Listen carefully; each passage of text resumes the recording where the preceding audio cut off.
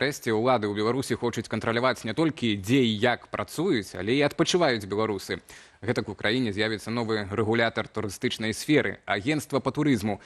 Ініцыятыву ўраду ўжо падтрымаў Александр Лукашенко.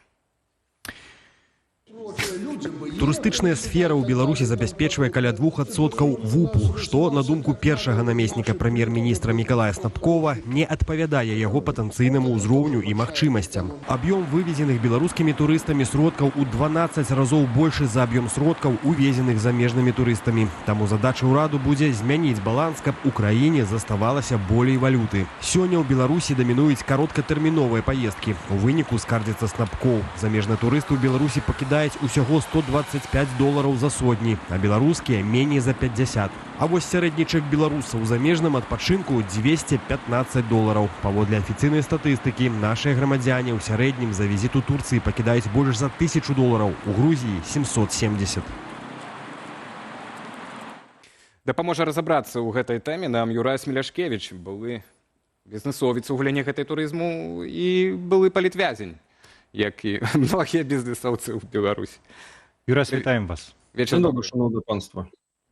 Пра тое, што год турыстыкі, нават цэлую пяцігодку турыстыкі ўлады хочуць абвясціць, стала вядома пра тое, так, як у нас пасля таго, як прамысловасць упала да нуля пасля крызісу, так, замарозкі, скажем так, эканомікі ў Расіі. Але вось гэтае рашэнне па агенцтву па турызму, як яно мае палепшыць сітуацыю? Наколькі я ведаю, это ўжо год 15 дамагаліся, супольнасць турыстычная дамагалася такога рашэння. І вось нарэшце, што зменіцца? Насамрэч, турыстычная супольнасць па-рознаму дамагалася зменаў у турыстычнай палітыцы. І часта гэта было чаканне на большае разняволенне тых нарматываў, якія дзейнічалі ў сферы турызма. І агенцыя па турызму – гэта тая інстытуцыя, якая існавала ўжо даволі даўно на тэрыторыі Беларусі. Яна взяла на сябе функцыі шмат у чым такога стандарта якасці для экскурсаводаў. Яна выконвала функцыю, у тым ліку, абмежавання турыстычнай актыўнасці, экскурсійнай актыўнасці, асабліва для тых экскурсаводаў, якія з пункту гледжання ўлады не маглі працаваць у гэтай сферы. Яны сталі фільтрам і інструментам забароны на прафесію для пэўных вельмі выбітных і вельмі значных беларускіх экскурсаводаў. Таму гэтае рашэнне для мяне, хутчэй, нешта сведчанне дадатковай рэгуляцыі, якая прывядзе, хутчэй за ўсё, да новых абмежаванняў і новых абавязальніцтваў, якія будуць вымушаны выконваць прыватныя прадпрыемствы, якія да гэтага былі больш-менш свабодныя ў сваёй актыўнасці.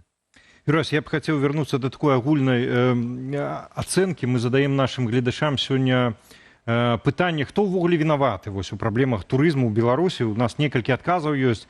Тараканы ў гатэлях, вот недавно тут расказвалі пра іх з высокіх трыбунаў. Ёсць варыянт тараканы ў галаве, один вусаты таракан, і не ведаю, у мяне няма тараканаў. Вы, як адмысловец у галіне турызму, як бы вы адказалі, які варыянт абралі? Магчыма, у вас нейкі пяты варыянт ёсць свой? Безумоўна, тараканы – гэта праблема для любой турыстычнай сферы, а асабліва для рэстарацыяў і гасцініцаў. І свабода турыстычнага актыўнасці ў бізнес-сферы, яны б дапамаглі пераадолець усе гэтыя недахопы і усе гэтыя трагедыі і шокі ад сутыкнення з гэтым ненавязлівым лукашэнкаўскім сервісам. Насамрэч, больш прыватнай ініцыятывы, больш свабоды ў гэтай эканамічнай актыўнасці, яно б дала нам той вынік, які мы ўсе чакалі б для нашай краіны, каб азёрны край быў не проста на словах і на закліках і рэчоўках улады, але непасрэдна стаўся б рэальнасцю для таких цудоўных беларускіх гарадоў, дзе можа квітнець турыстыка. Напрыклад, як той же самы Мядзел, ці тыя курортныя гарады, якія знаходзяцца на беларускім паазер'і, і дзе зараз развіваецца турыстыка толькі загадамі і пануканнямі з Менска. А пры гэтым прыватная ініцыятыва, там яна заўжды пад кантролем і больш абмежоўваецца уладамі, чым стымулюецца і падтрымліваецца. Тараканы пачынаюць ў галаве, іх трэба адтуль вытраўляць, і менш кантроля з цэнтра, а больш ініцыятывы на месцах даць. Вы згадалі вось гэты кантроль у цэнтры, а мне згадалася адразу, як я яшчэ працаваў журналістам у Менску, згадалася аднойчы абедаў у там рэстарацыя, не памятаю назву, па вуліцы Карла Маркса, якую ў Менску называюць там прэзідэнцкай, ужо дзе кантролю навалам, і там па падлозе бегалі здаравенныя якраз прусакі, як традыцыйна называюць у Беларусі, вось гэтыя тараканы. Паслухайце, ці можа быць яшчэ адна прычына ў праблемах беларускага турызму? Якраз вось вы згадалі праблемы ў прыватнікаў. Это тое, што ў беларускім турызме занадта мала савецкага і расейскага. А то там пастаянна вылазяць то нейкія каліноўскія, то геніюш, то яшчэ хтосьці, і таму трэба і ідэалагічна гэтых экскурсаводаў таксама пастаянна кантраляваць, і нейкія акрэдытацыі гэтым даваць, гэтым не даваць. Вось гэта з'яўляецца фактарам і прычынай будзе тых праблем, альбо все-таки дробна. Безумоўна, то, што экскурсійная дзейнасць сталася часткай ідэалагічнай прапрацоўкі грамадства, калі экскурсаводы абавязалі фактычна быць палітычным агентам уладаў, гэта, безумоўна, сталася нейкім крытэрам абмежавання і самацэнзуры. А ў такіх абставінах творчая прафесія, якая патрабуе адданай такой працы з сваімі слухачамі, са сваёй аўдыторыяй, яна, безумоўна, немажлівая. І таму фармальнасці вельмі стала шмат у гэтай дзейнасці. Таму я лічу, што надо даваць больш давяраць людзям, якія служаць у тым ліку іншым людзям праз сваю экскурсійную краязнаўчую актыўнасць.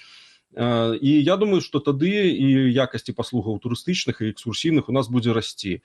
Вось, улады ж на гэта ўсё накідваюць сваю нейкую шаблоны свае, абмежаванні, такім чынам скажаючы і профануючы сапраўдную актыўнасць па развіццю турыстыцы. Нават чат GPT ведае, чаму ў Беларусі не развіваецца турыстыка, даў такія варыянты. Першае, візавыя бар'еры і доступ. Другая, нізкая бачнасць на міжнародным рынку, слаба маркетынгавая падтрымка. Трэцяе, палітычная сітуацыя і праваабарончыя пытанні. То бок, з трох гэтых праблемаў, першае і трэцяе, гэта палітычны крызіс, які цяпер у Беларусі, і наступствы ягонага фактычна. Але калі нават мы уявім, што яго не будзе, цяпер ідуць перамовы, то які вобраз, якая фішка Беларусі мае быць у чым, каб шырока паехаў турыст, так? Шырока паехалі турысты ў нашу краіну, ці гэта музей Савецкага Саюза сапраўды, ці так, як улады шмат прадаюць, ці прадаецца наша краіна, чаму не?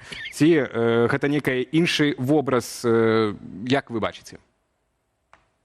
Безумоўна, турыстыка мае розныя вымярэнні, і часам яна можа быць вельмі нечаканай. Калісьці, я памятаю, эксплуатавалі такі вось образ заказніка сацыялізма ці апошняй дыктатуры Еўропы, калі людзі маглі прыехаць паглядзець на той Савецкі Саюз, які фрагментам застаўся ў цэнтры Еўропы.